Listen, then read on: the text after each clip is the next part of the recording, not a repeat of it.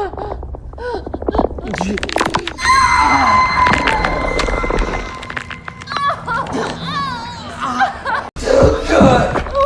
is this happening? I am Stevie. What happens when love goes too far? When intimacy becomes something you can't escape? Michael Shanks' Together isn't just a body horror film. It's a nightmarish look at relationships, codependency, and a terrifying idea of literally becoming one. Today, we're breaking down Together, scene by scene, exploring its themes, its shocking imagery, and why it's one of the most unsettling horror films of the year. Before diving deeper into the story, let's talk about the people behind Together. This is the feature directorial debut of Australian filmmaker Michael Shanks. And to clear up any confusion, no, it's not the actor from Stargate. This is Michael Shanks, the multi-talented artist who's worked across visual effects, music and comedy shorts before stepping into horror. He has spoken about how Together has come from a very personal place, exploring his own fears and joys of long-term commitment. That's why the film feels so raw and emotionally charged, even under all the wild body horror. The two main leads are real-life couple Dave Franco and Alison Brie. Franco plays Tim, a struggling musician haunted by family trauma, while Brie plays Millie, a teacher looking for stability. Their real relationship brings an authenticity to the story. The tension, the awkward intimacy, the moments of tenderness and frustration all feel real. You believe in this couple, which makes what happens to them seem much more disturbing. The film was shot in Melbourne over just 21 days, relying heavily on practical effects and demanding performances. Franco and Brie endured grueling scenes, screaming, crying, stunts, even being physically rigged to each other. And Shanks praised them for never once complaining. Together premiered at the 2025 Sundance Film Festival in the midnight section, where it was quickly snapped up by Neon in a deal reportedly worth $17 million. Critics praised it as one of the film's most original, unsettling horror debuts, combining emotional intimacy with unforgettable body horror. The film went on to gross $22 million worldwide, with a strong critic score on Rotten Tomatoes of 91%. So with that context, let's get back to the story and see how Tim and Millie's relationship slowly becomes a nightmare of flesh and love colliding. The film begins in the woods, where searchers are looking for two missing people, Simon and Kerry. The atmosphere is immediately wrong, and the music tells us something is off. They stumble upon a hole in the ground, almost like a cave, marked with a strange green bell. Deeper inside, two of the search dogs are found staring into an eerie pool of water. They both drink from it, but when their owner tries to call them back, the animals behave strangely, fixated on each other. That night, horrific sounds erupt from the kennels. When the man finds it isn't an attack, but something far worse, the two dogs fused into a grotesque, conjoined entity, literally consuming one another. We cut to Tim, played by Dave Franco, and Millie, Alison Brie, in their city apartment hosting a party. Their relationship clearly strained. Tim, a musician, desperate to reignite his career, wants to join his friend's tour as a guitarist. He agrees without even asking Millie, already sowing the tension. Things get worse when Millie unexpectedly proposes. Tim is caught completely off guard. Hesitating in front of their friends, he eventually says yes, but it's unconvincing, and the awkwardness lingers. Later that night in bed, they reflect on their relationship, even questioning whether they should split. Millie seems more certain about their future, while Tim is hesitant. Just when they appear to reconcile, Tim uses his drunkenness as an excuse for not performing in bed. The awkwardness between them grows. Tim has a nightmarish dream sequence. Millie berates him as a failure. He sees a crying figure across the bed, and then a horrific jump scare as a face lunges towards him from under the bed covers. Next, Tim and Millie arrive at their new countryside home. At first, they seem rejuvenated, but things take a turn quickly. Tim rummages through old belongings and finds an electric saw, which he ominously warns Millie never to let him use. Soon, he notices a foul smell in the house. Tracing it to the ceiling, he removes a light fitting to discover a cluster of dead rats, all fused together. One rat barely clings on to life before dying. When Millie asks how he knew where to look, Tim dodges the question with a dark, knowing expression. At her new school, Millie meets Jamie, a friendly fellow teacher who also happens to be their neighbour. He encourages the couple to explore the woods around their home. Back at their house, they still have no Wi-Fi. While Millie invites Tim to bed, he insists on working on his music, but promises to go on a hike with her the next day.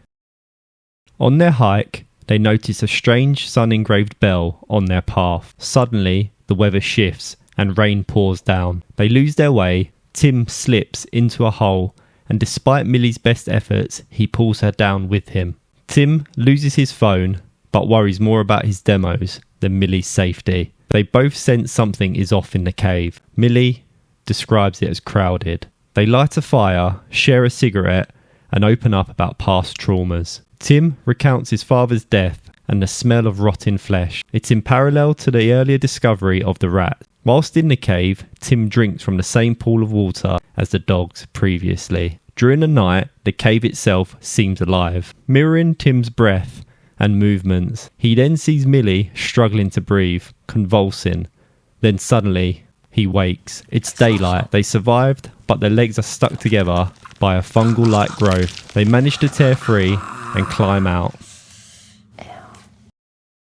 Back home, things deteriorate. Millie asks Tim for a massage, but he suddenly grips her too hard, almost entranced. Later, while Millie shops in town, Tim showers, and his body contorts uncontrollably.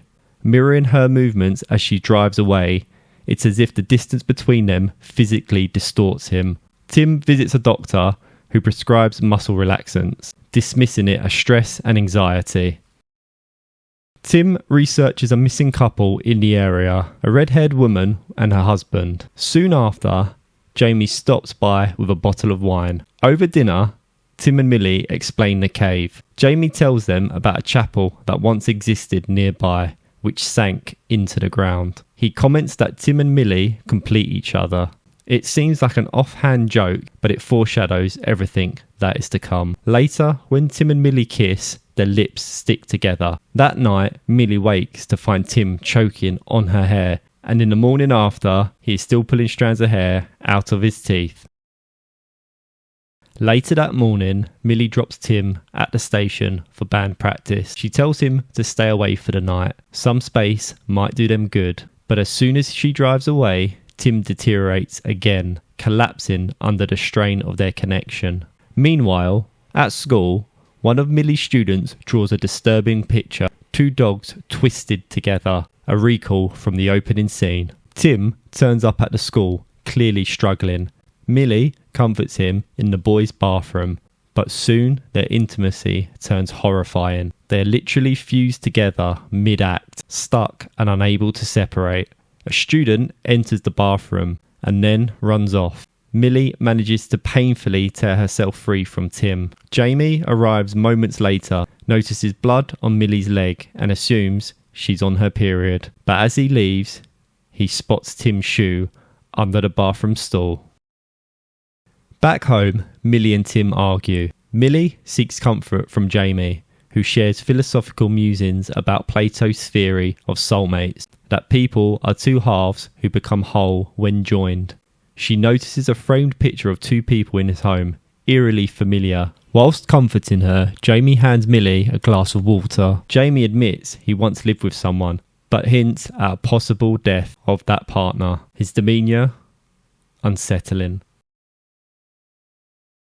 That night, Tim researches the missing couple further and realises they disappeared near the same bell-marked cave. Suddenly, Millie slams against the door, mirroring his movements. He slaps her in order to break the trance. Their relationship unravels. Millie demands Tim be gone when her parents visit on Sunday. That night, an unseen force drags Tim across the corridor between Millie and Tim's room, while she contorts unnaturally, drawn to him. Their arms are fused together, conjoined. Making use of the muscle relaxants that Tim was provided by his doctor, they choke down a handful of those pills, and finally, break apart. Just keep pushing. Or have they? When Tim wakes, Millie has him strapped to a chair. She plans to use the electric saw to cut them apart. After agonising pain, they succeed, both bandaged up, but still bound by their connection. Running out of options, Millie decides to go to the hospital. However, she is unable to find her keys. She then goes to Jamie's, where she believes she left them. She rings the doorbell before entering. Inside, she finds tapes of a chapel ceremony, confirming that the cave is indeed the sunken chapel. The murals depict conjoined figures. Jamie appears in white robe. He insists Millie should embrace the connection. Fighting it, he says, leads to a fate worse than death. And we see this as Tim, back in the cave, is attacked by the grotesque merged couple, which we now know is the missing pair, Simon and Kerry. Jamie slashes Millie's arm with a hidden blade. She flees, but she's bleeding heavily. Meanwhile, Tim battles the monstrous figure in the cave. Both he and Millie stagger back towards the house, bleeding, broken, and being pulled towards one another again. Tim declares he will sacrifice himself to save her, knife in hand. In a heartbreaking moment, he echoes the earlier proposal, but this time with sincerity. He admits he loves her and regrets everything. But Millie, bleeding out from Jamie's attack, collapses. She dies in his arms, or so it seems. Moments later, she opens her eyes. Tim, desperate, fused his hand into her wound, binding them together once and for all. Tim plays the Spice Girls vinyl from their first date, the song Two Become One. They dance, strip naked, and embrace as their bodies merge in graphic bone-crunching fashion. The next day, Millie's parents arrive for Sunday lunch. 3 plates are set. They ring the bell and are greeted by a single fused being, Tim and Millie, together forever.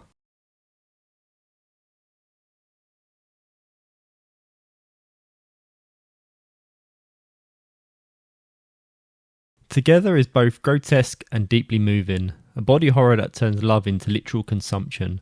Michael Shanks uses disturbing imagery to explore codependency, intimacy, and the fear of losing oneself in a relationship. It's a debut that's as personal as it is horrifying, and one that leaves us with an unforgettable image, the true horror of two becoming one. Overall, I really enjoyed this one, but I've got to be honest, the ending left me wanting just a little bit more, and that's not to say I didn't like it, because I did, a lot. I usually stay away from other reviews or scores before watching films so that I can go in fresh, but if I had to place it, I'd probably say my rating lands somewhere between the critics and the audience score, so around that 80% mark. It's also cool to see body horror making a real comeback lately. We've had The Substance and more recently The Ugly Stepsister, which was also at the Sundance 2025, and I'm all for it. What I liked here the most was the visuals. Shanks mixed practical and digital effects, and they really nailed it. He mentioned aiming for a dry, almost painful look, and that's exactly what we got. It feels raw, realistic, and the sound design, bone crunching, skin fusing, it hits really hard. So yeah, I'll definitely be keeping an eye on whatever Shanks does next, because it's clear he's got the chops. Once again, thanks for checking out the channel. We did it, people.